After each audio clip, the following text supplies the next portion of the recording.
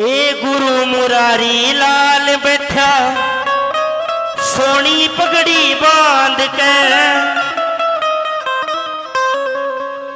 बोलिए सच्चे दरबार की। जैसे हमारे गुरुजी मुरारी लाल जी साक्षात संकट काटते थे, गुरुजी रणधीर जी भी उसी रूप में गद्दी पर आते तो बड़े अच्छे लगते। सीधे हाथ उठाओ और तालियों के साथ। ए गुरु मुरारी लाल बैठा सोनी पगड़ी